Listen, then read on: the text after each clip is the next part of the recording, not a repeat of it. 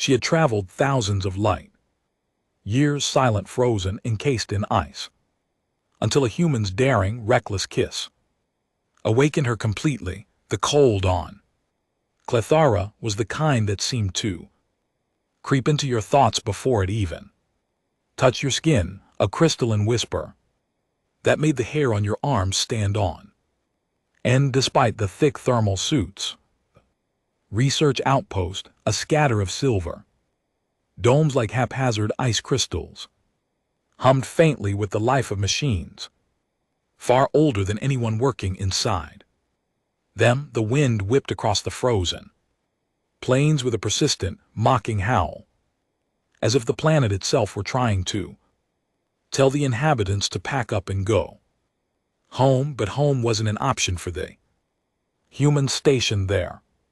They were scientists, engineers, and technicians who had collectively decided that frostbite and existential dread were acceptable occupational hazards. He had arrived at the scene not as a hero, but as the kind of human who could trip over a charging cable while checking a thermometer. And yet somehow that day, his clumsiness felt fortuitous. On the jagged ice shelf where the scanners had detected a faint biosign, a figure lay completely still, wrapped in what appeared to be a cocoon of frozen crystal. The frost wasn't just ice, it glimmered with a faint inner glow, like bioluminescence from some deep ocean creature that had decided inexplicably to vacation in outer space. His first thought, probably not the most scientific, was that she looked like an elaborate ice sculpture left behind by a bored alien artist. She's stunning, he muttered aloud, startling a snow drone that had been hovering nearby. It roared indignantly and zipped away, probably offended that its prime directive to record data had been interrupted by human commentary. He knelt closer, peering through the ice. Her features were almost perfectly human, high cheekbones, full lips, the faint curve of a jaw that promised grace. The only thing that marked her as alien, apart from the subtle glow beneath her translucent skin, was her ears, long and elegant, curving delicately upward like elven ears in some fantasy holied. They twitched faintly, though she wasn't moving, as if sensing something that the human couldn't quite perceive. Around them, the outpost's team gathered, a mix of awe and panic etched on their faces. Heat lamps, scanners, and neural stimulators had already been deployed in an escalating symphony of overenthusiastic scientific intervention. Someone had even suggested singing to her. No one mentioned that the rendition of "I Will Survive in Zero Gravity" might be more terrifying than helpful, but he imagined it anyway. Suppressing a laugh, "Right," he said, rubbing the frost from his visor, "because nothing says alien diplomacy like karaoke." Hours passed, filled with the usual combination of controlled chaos and minor accidents.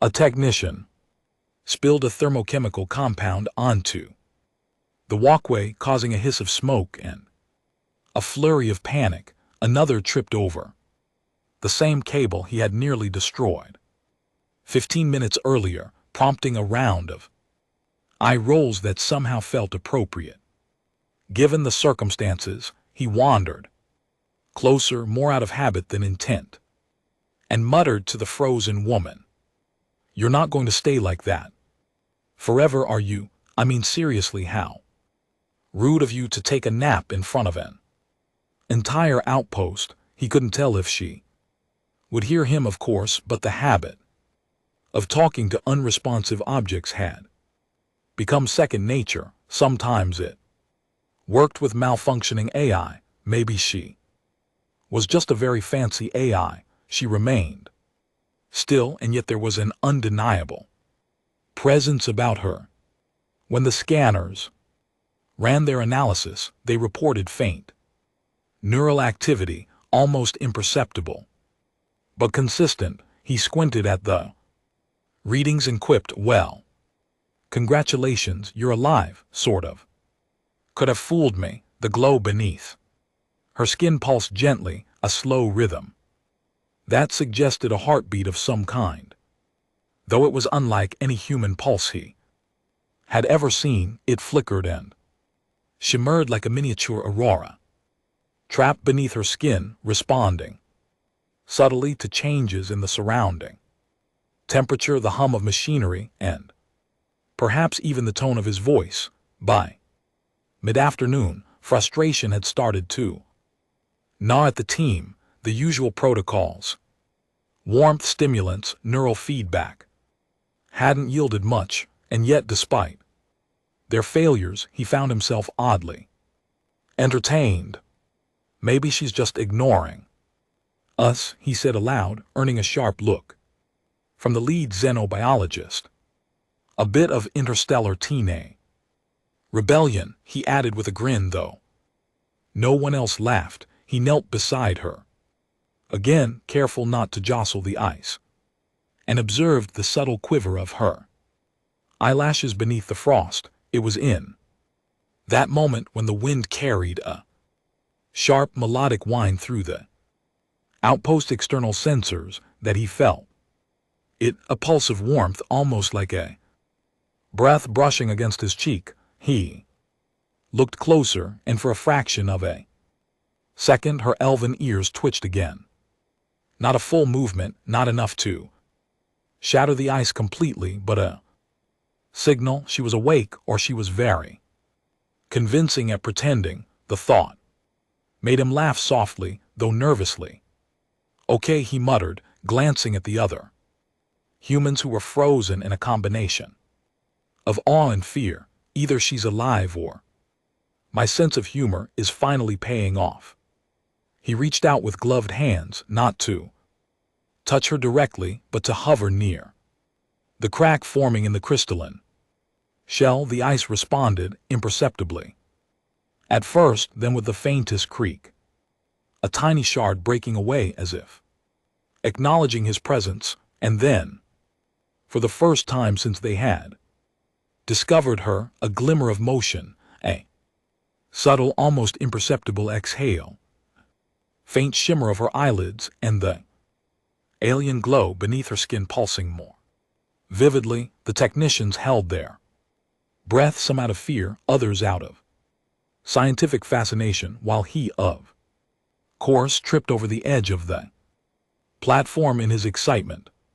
"Whoops," he said, dusting himself off and grinning sheepishly. "Guess that's my signature move." But hey, progress. The frozen woman remained silent, enigmatic as ever, yet something in the air had shifted. The humor, the bumbling human presence, the warmth of a hand hovering near the frost. It had begun to breach the barrier that no scanner, no energy wave, and no high-tech intervention could reach. For the first time, she seemed to acknowledge the absurdity of the human world she had been thrust into, her long ears twitching with subtle curiosity and the faintest shimmer of awareness illuminating her otherwise frozen form. And though no words were spoken, the man knew something crucial.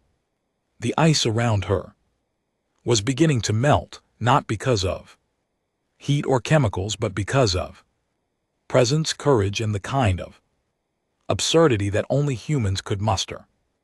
On a cold, distant planet, it was a small start, but in a universe full of frozen mysteries, it was everything.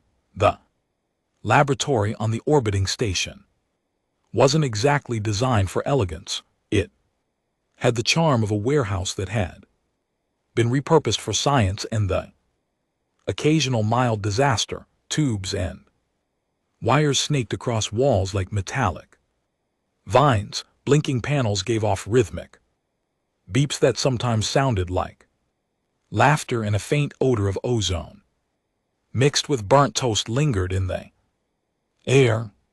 The human in charge of monitoring the alien artifact, a technician with a knack for saying the wrong thing at the right moment, shuffled nervously among the equipment he had been assigned to catalog the strange object, a crystalline sphere no larger than a basketball, suspended in a field of levitating magnetic stabilizers. According to the readings, it contained what looked like liquid energy swirling in patterns that resembled both a storm and a heartbeat, simultaneously chaotic and hypnotic. The artifact pulsed gently, emitting soft hums that were almost musical, and the technician found himself tapping a foot in time with it, muttering, "If only you'd teach me to dance instead of oscillate." A nearby AI assistant, its holographic form hovering lazily like a translucent cat, flickered and said in a crisp tone, "Humor detected, risk assessment minimal but confidence levels for surviving interaction unquantifiable." He gave the AI crooked grin. "That's comforting. Nothing says stability like an ominous disclaimer." The sphere's surface, smooth yet subtly textured, seemed to react to presence as the technician approached. The patterns inside shifted, forming shapes that, to human mind, resembled faces frozen mid-P expression, each simultaneously curious and amused. It was as though the artifact was observing him and judging, though perhaps it was just the AI's suggestion to anthropomorphize. Regardless, he felt a faint thrill, the kind that sneaks up on a person when something utterly alien seems aware of them. He tried speaking to it. "Hello, you magnificent ball of whatever you are. I like your swirls," he coughed awkwardly, realizing he was now talking to a sentient energy storm, and perhaps regretting it.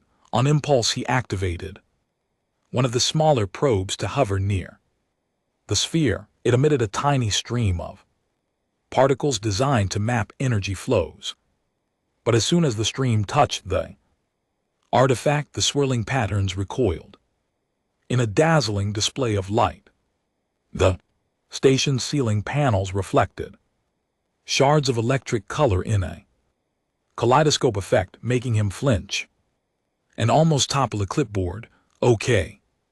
Maybe a little dramatic, huh?" he said, brushing himself off while the AI silently registered extreme visual impact. The sphere's pulsing intensified, and for a moment he wondered if the thing was trying to communicate in a language that wasn't made of words, but of light, vibration, and absurdly complicated geometry. He leaned in, squinting, and felt something in his chest. Excitement, curiosity, maybe just the lingering caffeine from the recycled coffee he downed an hour ago.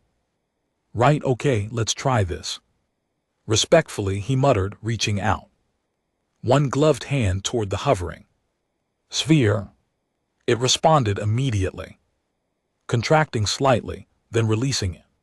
A series of bursts that sent arcs of harmless sparks bouncing off the metallic walls. He yelped, catching the sparks on instinct, and muttered, "Great, I'm sure this is exactly what protocol meant by interactive observation." The sphere began to spin slowly, and with each rotation, the patterns inside shifted from abstract swirls to forms that looked remarkably like landscapes, jagged cliffs, oceans of liquid light, skies filled with shifting constellations. He took a cautious step back. So it's either a map, a warning, or the universe's most elaborate art project the AI ever literal chirped. Analysis extremely high probability of multi-purpose functionality. He snorted, "Thanks, I hate ambiguity too, but it's a start."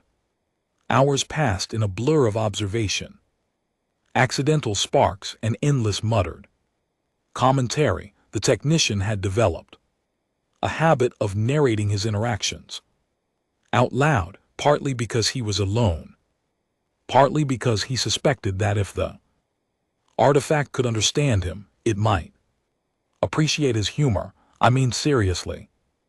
If you're going to be mysterious, at least give me a hint other than glowing and spinning. Okay, the sphere responded with a sudden burst of light that made him stagger back. His glove caught the magnetic field just in time, and he hung there dangling like a kid trying to reach a high shelf. Yep, he said, dangling precariously. I'm officially the first human to get judged for balance by a glowing alien sphere. I'm making history here. Then something unexpected happened. A tiny tendril of the swirling energy shot outward, wrapping delicately around the tip of his glove. The sensation was neither painful nor startling. It was like a gentle vibration, a whisper of curiosity, transmitted directly to his nervous system. He gasped and looked at the sphere, trying to figure out if it was a test, a greeting, or just an elaborate practical joke. The sphere pulsed again, more rhythmically this time, and for a fleeting moment he could have sworn it had winked at him. He laughed despite himself. Okay, universe message received. I see you, and apparently you have a sense of humor too. The hours blurred into a strange rhythm of trial and error, observation, and gentle mischief. He discovered that speaking in different tones, louder, softer, playful, elicited varying responses. Bursts of light, tiny ripples in the levitating field, even subtle changes in color patterns. He realized that the artifact wasn't just responding, it was interacting, testing him, almost teasing him in its own alien way. All right, he said, holding his hands up in mock surrender. You win. I'll play along, but don't make me dance. I have 2 left feet, literally. Eventually he noticed that the artifact's energy seemed to coalesce around small gestures, like extending a hand, speaking gently, or making a joke that caused him to trip over nothing in particular.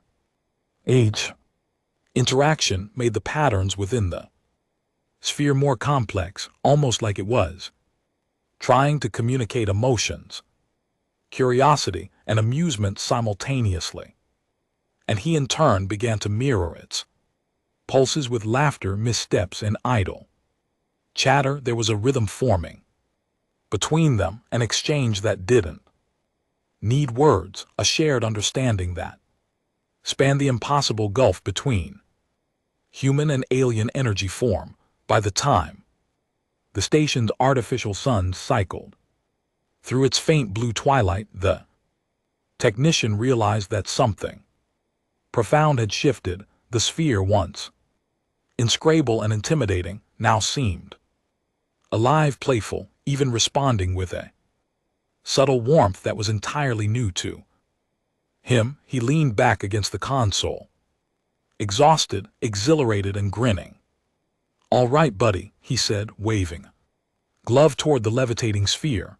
I think we're getting somewhere. Not sure if I'm teaching you or you're teaching me, or we're just mutually making fools of ourselves. Either way, I call it progress. And the artifact pulsed in reply, not in warning, not in threat, but with a gentle, almost mischievous light that suggested it had understood every word and perhaps appreciated every misstep, every joke, and every moment of human absurdity that had brought them together. For a human who had spent years measuring, calculating, and overthinking everything, it was both terrifying and exhilarating. In the presence of the alien artifact, the universe had become a playground, and Somehow he was invited to join.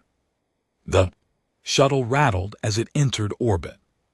Above the crystalline rings of Saturn 7, a planet so bright and reflective that, staring at its surface without proper ocular shielding was a guaranteed headache inside the human crew, one of them a technician notorious for spilling coolant on everything from consoles to fellow humans, was busy trying to stabilize the cargo bay, and in the center of it all, suspended in a containment field of glowing blue energy, was the alien woman. She looked impossibly fragile, her long elven-style ears brushing against the shimmering strands of the energy field, her skin glowing faintly with the bioluminescent pulse of her life force. Despite the soft hum of the containment systems, there was an undercurrent of tension, part scientific, all partin. He approached her carefully, muttering to himself as he usually did in situations that involved mysterious alien physiology. All right, don't panic, you've handled sentient energy, spheres, floating ice sculptures. Frozen alien woman should be cake. Right, the AI assistant hovering beside him emitted a faint, sarcastic beep.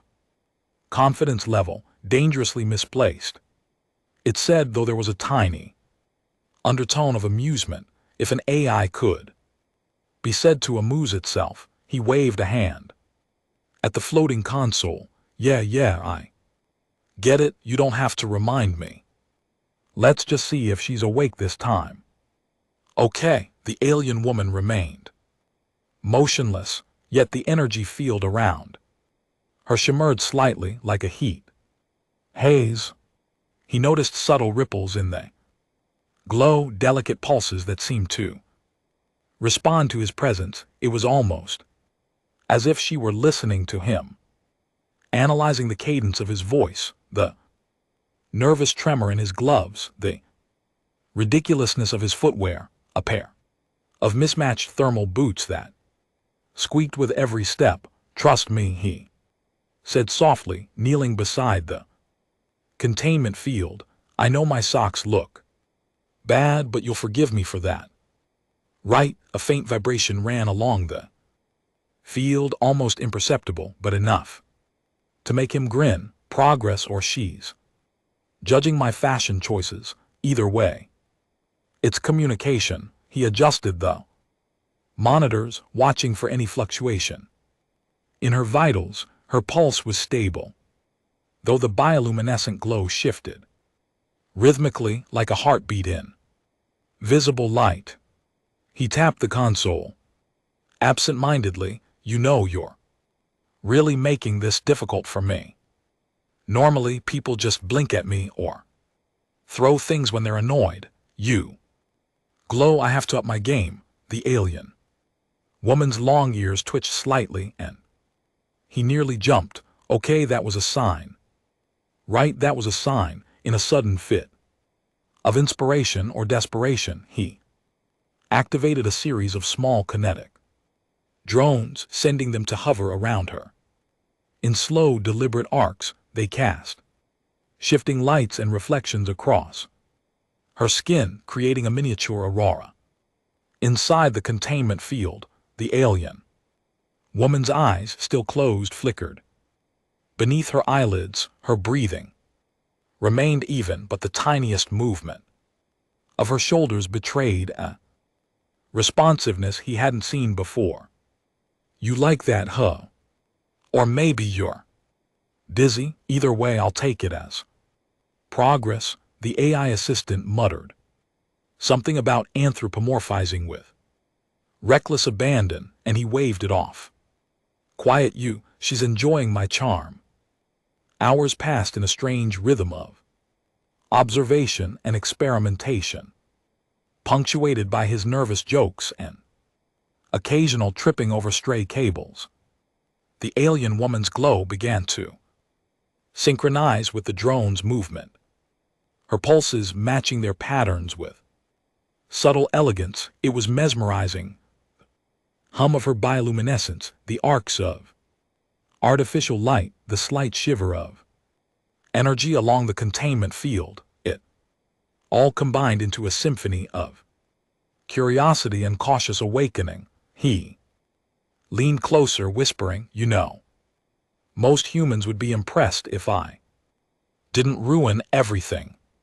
But I'm hoping for a smile, or at least a judgment-free nod." And then, for the first time since she had been suspended in the energy field, the alien woman moved in a deliberate way. Her eyelids opened slowly, revealing eyes that shifted in color like the planet's rings themselves, luminescent and mesmerizing.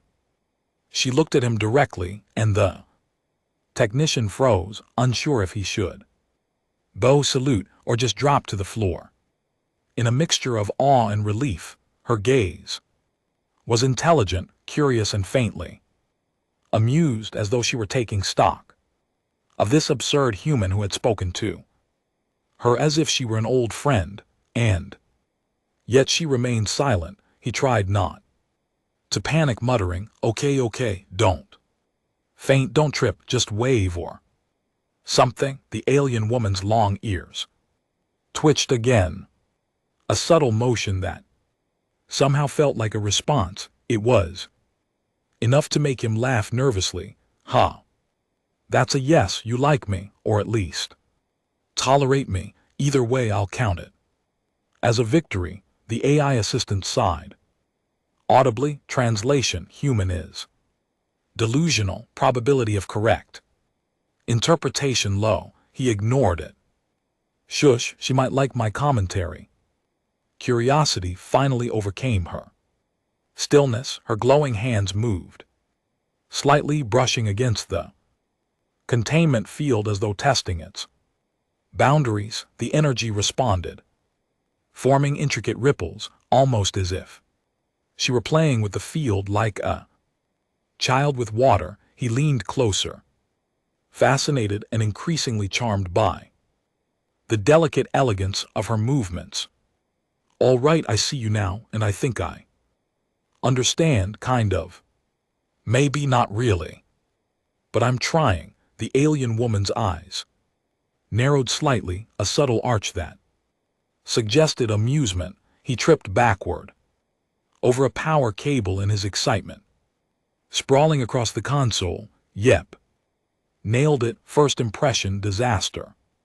Second impression, impressed. You're welcome." The containment field hummed with gentle energy as she continued her cautious exploration, her long ears twitching with each movement, capturing the smallest vibrations of sound and motion. He realized that she wasn't just observing, she was learning, adapting, interacting in a way that was both alien and disarmingly relatable. Every pulse of her bioluminescent glow seemed to convey thought, emotion, even a hint of humor, and he in turn matched her rhythm with his bumbling commentary, creating a silent dialogue of presence, gesture, and absurdity that neither language nor technology could convey. By the time the station's external lights shifted to mimic a sunset, he felt a strange sense of partnership forming. The alien woman remained in the energy field, yet the invisible walls between them had begun to thin. He reached out cautiously, fingertips brushing the shimmering barrier, and whispered, "We're going to figure this out together, and maybe, just maybe, you'll teach me how to keep from tripping over my own feet in the process." For the first time, the alien woman responded with something more than movement. Her pulse flared quick and bright, a tangible acknowledgement of his presence and intent. It was a signal that she was awake, curious, and perhaps just a little entertained by the ridiculous human who had dared to speak to her as if she were already a friend. He laughed softly, the sound echoing in the metallic room. "All right, universe. he said, brushing a stray strand of hair from his face. I think we're off to a promising start, and yes, you may judge me for my clumsiness. I deserve it. Glow of her eyes shifted once more, playful and intelligent, hinting at a connection that had begun not with words but with curiosity, humor, and the slow, careful rhythm of trust, building between two utterly different beings. And in that suspended humming laboratory, the impossible suddenly felt a little more possible. The ice field stretched endlessly beneath the shuttle's hull, a mirror of frozen light that reflected the twin suns of Clethra in fractured brilliance. Inside, the alien woman sat upright for the first time without restraints, her long, elegant ears catching faint glimmers of the interior lights. Her skin, still faintly luminescent, radiated a steady warmth, now pulsing in rhythm with her steady, deliberate breathing. The human beside her, still prone to tripping over nothing in particular, still muttering jokes that made no sense to anyone but himself, watched her with a mix of awe and relief. He had spent weeks in her presence, fumbling, joking, and learning, and yet the enormity of what had finally happened still made him catch his own breath. Okay, he whispered, glancing at the console as the shuttle hummed along its orbit. You're awake, you're actually awake, and you didn't vaporize me on sight. That's progress, huge progress. She turned her head, and for the first time a sound came from her lips, a soft melodic tone, low and resonant, almost musical. It didn't require translation, yet it spoke directly to him. Humor, curiosity, even a trace of amusement shimmered in the sound. He blinked momentarily, forgetting his usual commentary, then muttered, "You can talk, huh? Should have started with that. Could have saved me from a lot of clumsiness." She tilted her head in response, her glowing eyes reflecting both light and intelligence, and he swore he saw the faintest smile curve her lips. The shuttle's cabin was alive with tiny sparks of excitement. The AI assistant hovered nearby, its form flickering in sync with the shuttle's lights. Observation: human exhibits unusual levels of giddiness. Probability of coherence declining. The technician waved it off. Shut it, you. This is important. We're making history. And yes, it's messy and awkward, but it's happening. The alien woman's ears twitched at his words, a subtle acknowledgement, a silent agreement to continue the dialogue that had begun. Without language, they spent hours together in the small cabin, testing boundaries of trust and understanding. He offered her rations from the shuttle stores, a mix of synthesized proteins and tangy fruit gels, and she accepted them with a careful curiosity that made him joke. Okay, if you eat that and don't die, I'm officially the chef of the century. She tilted her head, her bioluminescence pulsing faintly as though amused by his antics, and he laughed, nearly spilling a tray of synthetic coffee in the process. She reached out delicately, touching his gloved hand, and the pulse of her glow seemed to sync with his own heartbeat. He realized in that moment how much he had changed. The mission, the protocols, the meticulous calculations, they were no longer the primary focus. Instead, presence, patience, and the willingness to embrace uncertainty had become vital. He had learned to speak softly, to move with care, and surprisingly to laugh at his own missteps. Each joke, each gesture, each ridiculous slip of balance had become a bridge, and the alien woman had responded, showing him that communication could exist beyond words. beyond technology in subtle gestures, and shared moments as the shuttle descended toward the icy plains below. The alien woman stood near the viewport, gazing at the glinting surface below. The twin suns danced across her pale skin, highlighting the faint glow that still pulsed gently beneath her surface. He joined her, standing slightly behind, careful not to crowd her space. "You." "No," he said softly, "I never thought I'd be here talking to someone like you, watching the light bounce across ice, and just being part of it all. It's kind of incredible." She turned to look at him, the tip of one elven-style ear brushing against the frame of the viewport. Her eyes conveyed understanding, trust, and a hint of playful reproach for his self-conscious rambling. A faint gust of wind swept through the shuttle's open external vent, carrying particles of ice that sparkled like stars. She reached out, touching the air, letting the particles settle against her skin. He couldn't help but comment, "Beautiful, but you already knew that, didn't you?" She responded with a soft hum, and he laughed aloud, this time without nerves, without fear. The ice, the stars, the faint pulse of her presence, it all felt like a harmony he had only just begun to perceive. In the days that followed, they explored the frozen expanse together.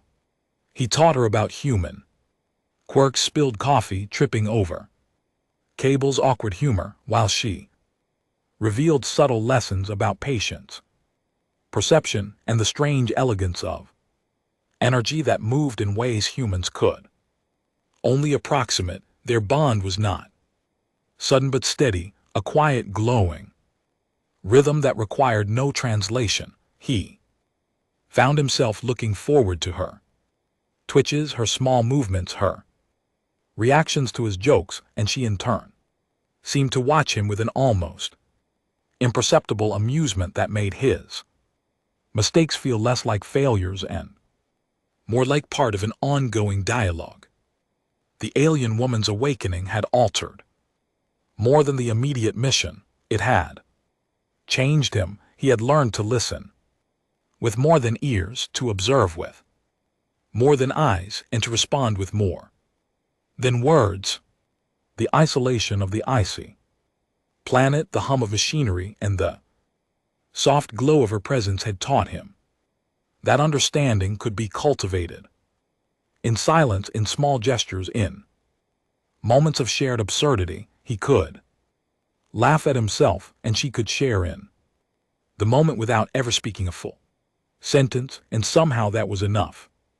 When they finally returned to the orbiting station, the outpost greeted them with cheers, muted laughter, and a few cautious applause from scientists who had spent weeks speculating whether she would ever awaken. She stood beside him, long ears catching the ambient light, luminous eyes, calm yet lively.